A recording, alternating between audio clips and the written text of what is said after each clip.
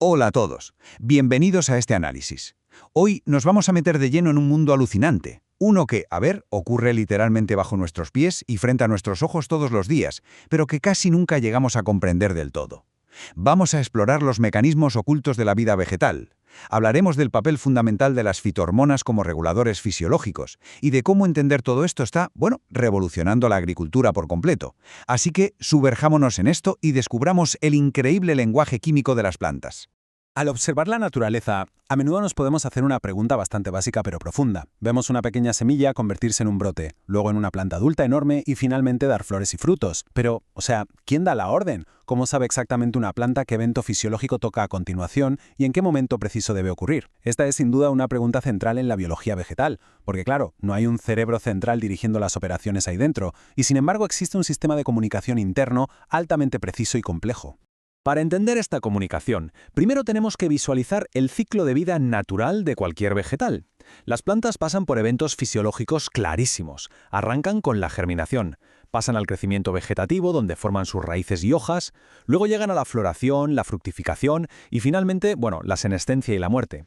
Y todos estos eventos siguen un orden estrictísimo. La planta tiene mecanismos genéticos incorporados que actúan como, digamos, el plano arquitectónico general. Ese plano marca la ruta desde el día 1 hasta el final. Es una secuencia inquebrantable dictada 100% por la genética. Ahora, hagamos una pausa aquí porque hay que establecer una distinción crucial que solemos pasar por alto continuamente. Usamos las palabras crecimiento y desarrollo como si fueran lo mismo, ¿verdad?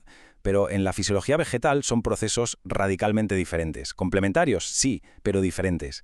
El crecimiento es estrictamente cuantitativo. Hablamos de un aumento permanente de tamaño, volumen o peso, básicamente centímetros y gramos. El desarrollo, en cambio, es cualitativo. Es el proceso de formación y maduración de nuevas estructuras. Es ese momento mágico, literalmente, en el que una planta deja de producir simplemente hojas verdes y empieza a formar flores reproductivas.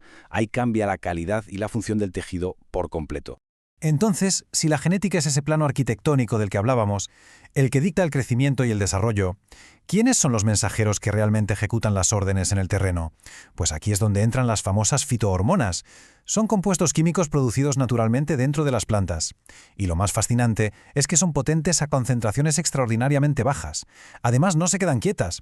Pueden sintetizarse en las raíces y viajar hasta las hojas más altas para realizar su acción, ya sea ahí mismo o a distancia. Ellas son los reguladores directos de todos esos eventos fisiológicos que acabamos de ver. Literalmente, son las que aprietan el gatillo de la biología vegetal.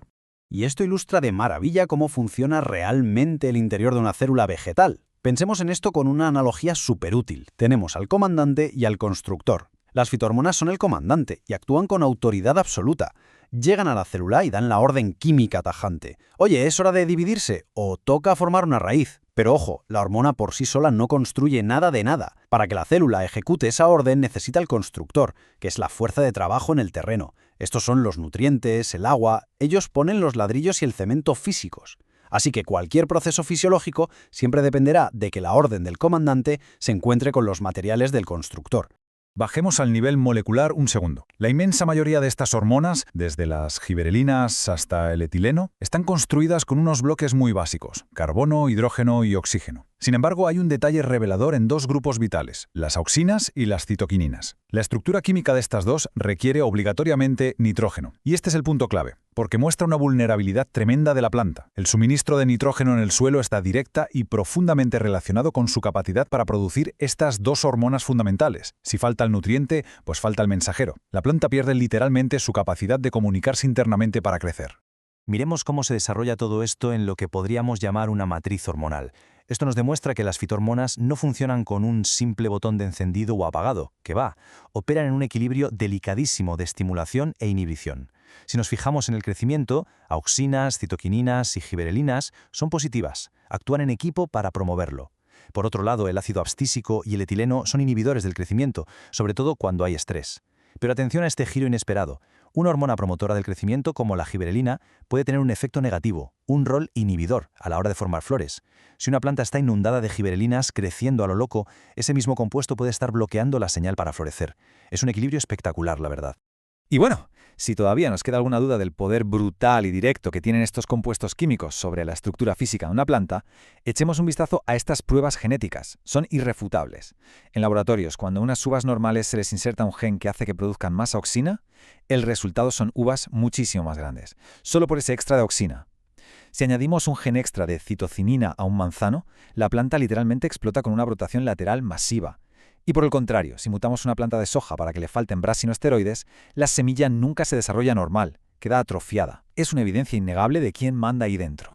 Y justo aquí es donde la fisiología de las plantas se da la mano con el mundo real, con la agricultura y la producción de alimentos. Al comprender cómo la genética y estas fitohormonas regulan internamente a la planta, los agrónomos pueden replicar estos efectos desde fuera. Esto nos lleva al fascinante mundo de los bioreguladores. Son básicamente herramientas hormonales, ya sean naturales o sintéticas, que se aplican externamente a un cultivo para modificar sus eventos biológicos a propósito. Nos permite tomar las riendas del ciclo natural de la planta. Es como asumir el control del volante biológico.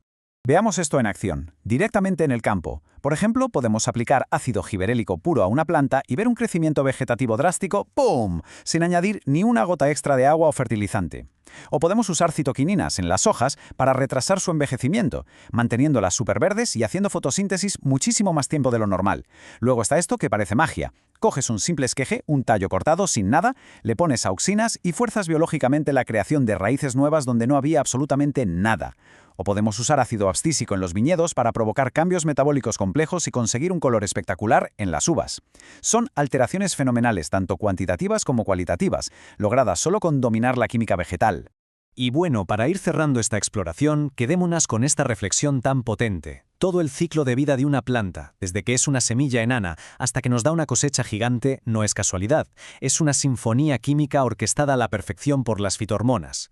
Ellas deciden el momento exacto para crecer y el instante preciso para desarrollarse. Al dominar estas herramientas, la agricultura moderna consigue una verdadera regulación biológica, moldeando los cultivos para asegurar nuestra alimentación. Así que, la próxima vez que veamos brotar una simple hoja o madurar una fruta, podríamos preguntarnos, ¿qué silenciosa orden química acaba de ser ejecutada ahí dentro y cómo va a moldear ese mismo lenguaje el futuro de los alimentos que todos comemos? Ha sido un placer compartir este análisis. Hasta la próxima.